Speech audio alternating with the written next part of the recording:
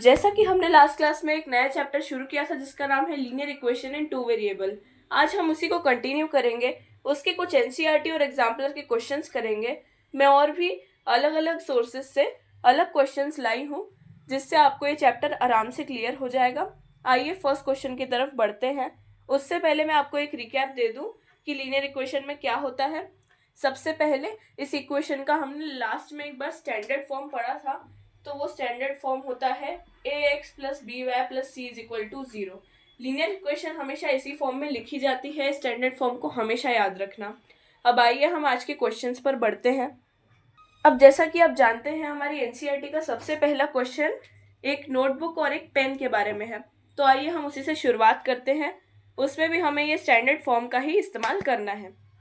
आइए, इसमें दिया हुआ है क्वेश्चन, आप एनसीईआरटी से पेज नंबर 57 से देख सकते हैं। इसमें दिया हुआ है the cost of a notebook is twice the cost of a pen, write a linear equation in two variable to represent the statement.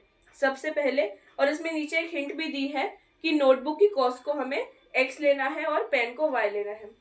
तो सबसे पहले cost of notebook is twice the cost of pen, मतलब एक pen की जो cost है वो है ₹y,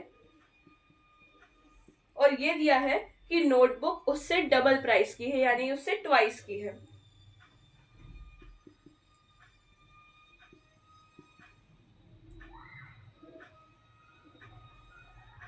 अब इनकी इक्वेशन इस तरह से बनेगी कि x is equals to 2y।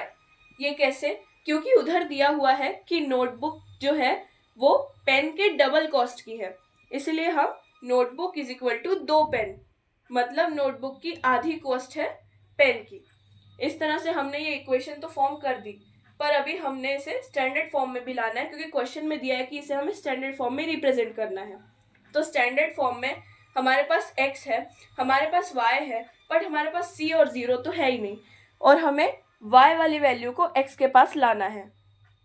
तो इसी तरह से हम इस 2y को लेफ्ट हैंड साइड पे ले आएंगे। सबसे पहले हमने ये इक्वेशन इस गिवन को रिप्रेजेंट करते हुए बना दी कि जो नोटबुक की कॉस्ट है वो पेन से डबल है। अब हमें इसे स्टैंडर्ड फॉर्म में लाना है, जिसके लिए हमें y वाली वैल्यू को यहाँ लाना पड़ेगा। x तो ऑलरेडी यही है।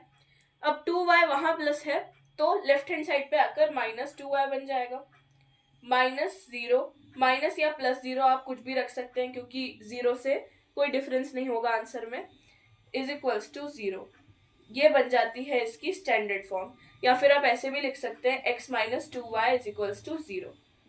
ये इसकी स्टैंडर्ड फॉर्म है। एनसीईआरटी का फर्स्ट क्वेश्चन हमने अभी अभी करा। इसके सेकेंड क्वेश्चन में हमें a, b और c को डिराइव करना है। आइए अब उसकी तरफ बढ़ते हैं। यहाँ हमने एनसीईआरटी के शुरू के 2 क्वेश्चन से स्टार्ट किया है। इसमें सबसे पहले आपको x वाली वैल्यू तो दिख रही है, तो a तो आपको दिख ही गया है। b वाली वैल्यू भी आपको y के साथ दिख रही है, लेकिन c तो है ही नहीं। c कैसे निकलेगा? अब देखिए, कोई भी अगर न्यूमेरिकल वैल्यू हो तो वो c ही होती है ज़्यादातर, क्योंकि ये इक्वल टू में 0 ही आता है, उस साइड पे कोई नंबर नहीं आता है। तो हम 9.35 बार को इस तरफ ले आएंगे।